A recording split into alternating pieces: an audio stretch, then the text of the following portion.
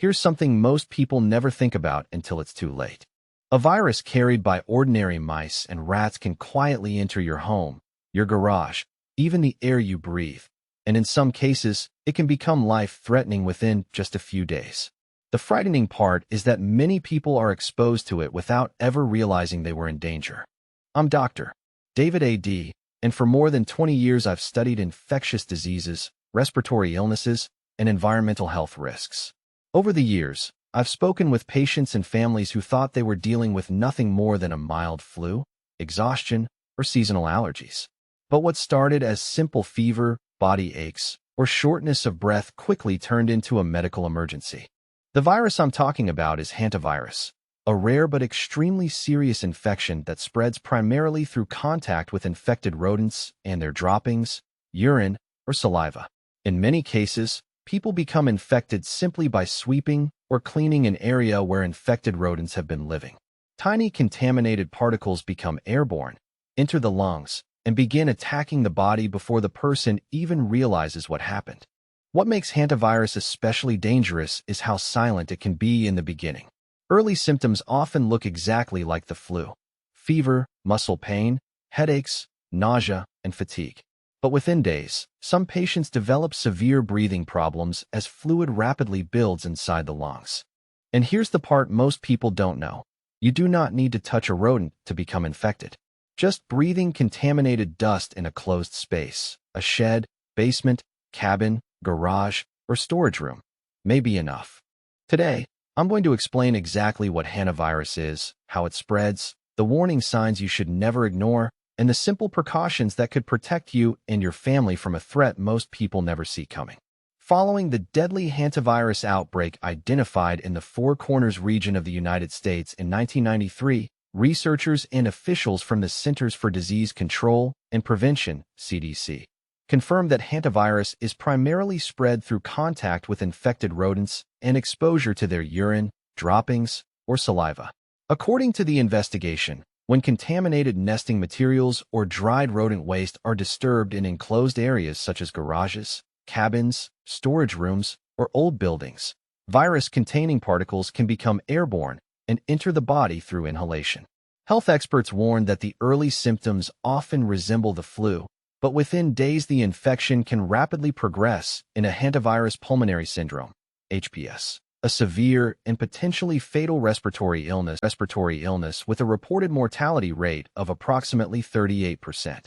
Before we go any further, I want to ask you something. Have you ever cleaned out a garage, shed, basement, or storage room filled with dust or signs of rodents? Today, I'm going to walk you through the 3 most important things you need to know about hantavirus, from the earliest warning signs to the hidden ways this virus spreads inside ordinary homes and buildings. And by the time we reach number 1, you'll understand something about this silent threat that most people never realize until it's too late. Let's begin with number 3, and this is the mistake that puts more people at risk than almost anything else.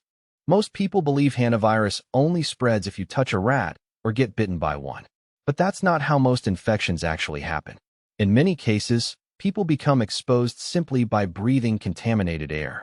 When rodent droppings, urine, or nesting materials dry out, tiny virus particles can become airborne.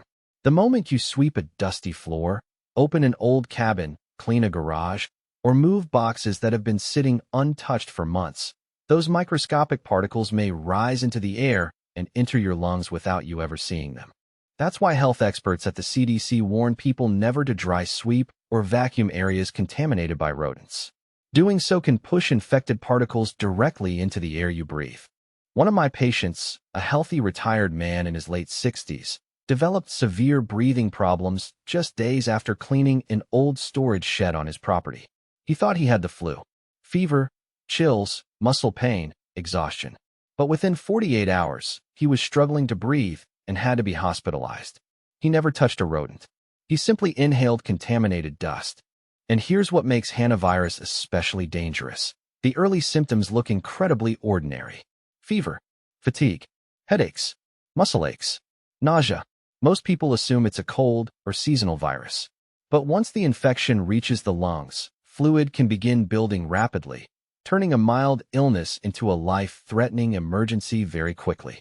That's why number 2 is so important, because it involves the hidden places where rodents quietly live inside homes without most people ever noticing them.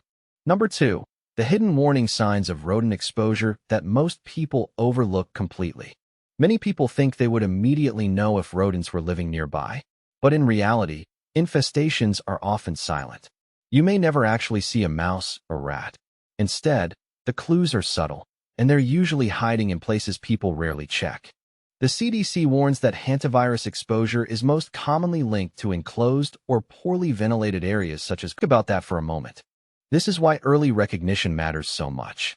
If someone develops flu-like symptoms after possible exposure to rodents, especially after cleaning enclosed spaces, cabins, garages, sheds, or old buildings, they should seek medical attention immediately, particularly if breathing problems begin.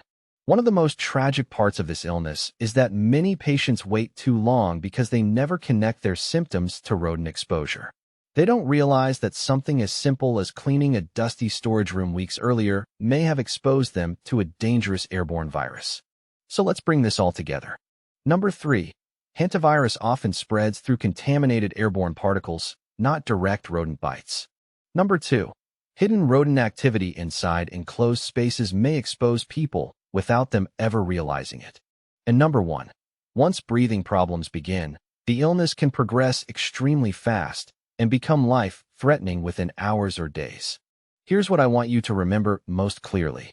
Hantavirus is rare, but it is real, and awareness is your best protection. Ventilate enclosed spaces before cleaning. Avoid sweeping or vacuuming rodent waste. Use disinfectants and protective gloves.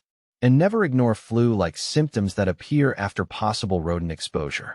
Sometimes the most dangerous threats are the ones you cannot see until your body starts warning you.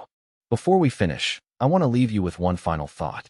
Most people spend their entire lives believing serious infections only happen to someone else, someone far away, someone living in extreme conditions, someone obviously at risk. But hantavirus has repeatedly shown health experts that danger can sometimes exist in the most ordinary places imaginable.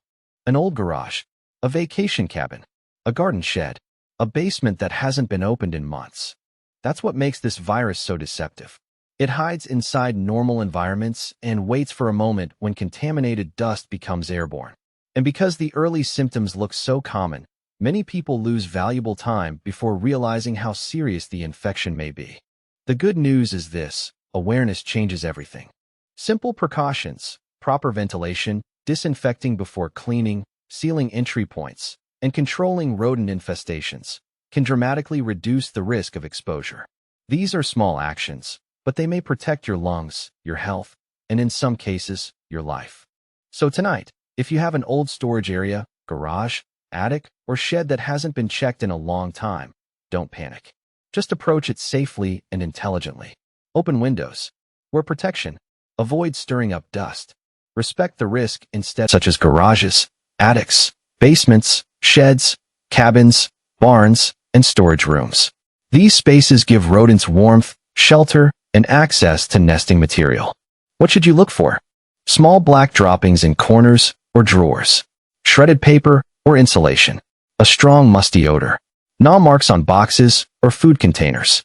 Tiny holes near walls or floors. These are not just signs of pests. They may also be warning signs of possible virus exposure. And here's where many people make a dangerous mistake. The moment they notice droppings, they grab a broom or vacuum and start cleaning immediately. But disturbing dry waste without protection can release virus particles directly into the air. Health experts recommend something very different. Before cleaning any rodent-contaminated area, ventilate the space for at least 30 minutes. Open windows and doors. Then spray the area thoroughly with disinfectant or a bleach solution and allow it to soak before wiping anything up. Never sweep dry droppings. Never vacuum them. One family I spoke with became exposed after reopening a vacation cabin that had been closed all winter.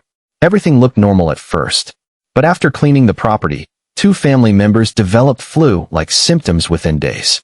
Investigators later found signs of deer mice infestation inside the cabin walls. And that leads us to number 1, the stage where hantavirus stops looking like a mild illness and starts becoming a medical emergency.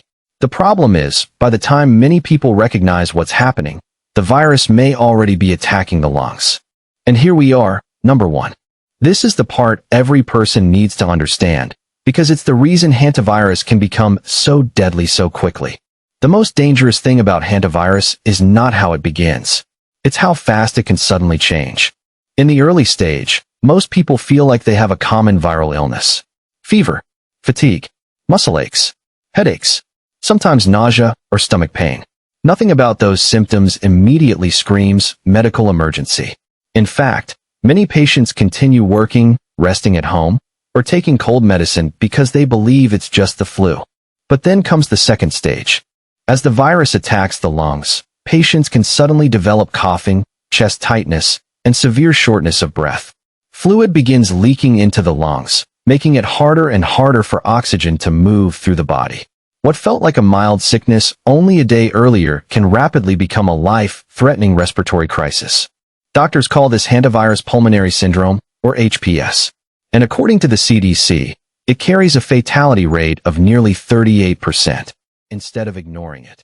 And if you found this information valuable, share it with someone you care about.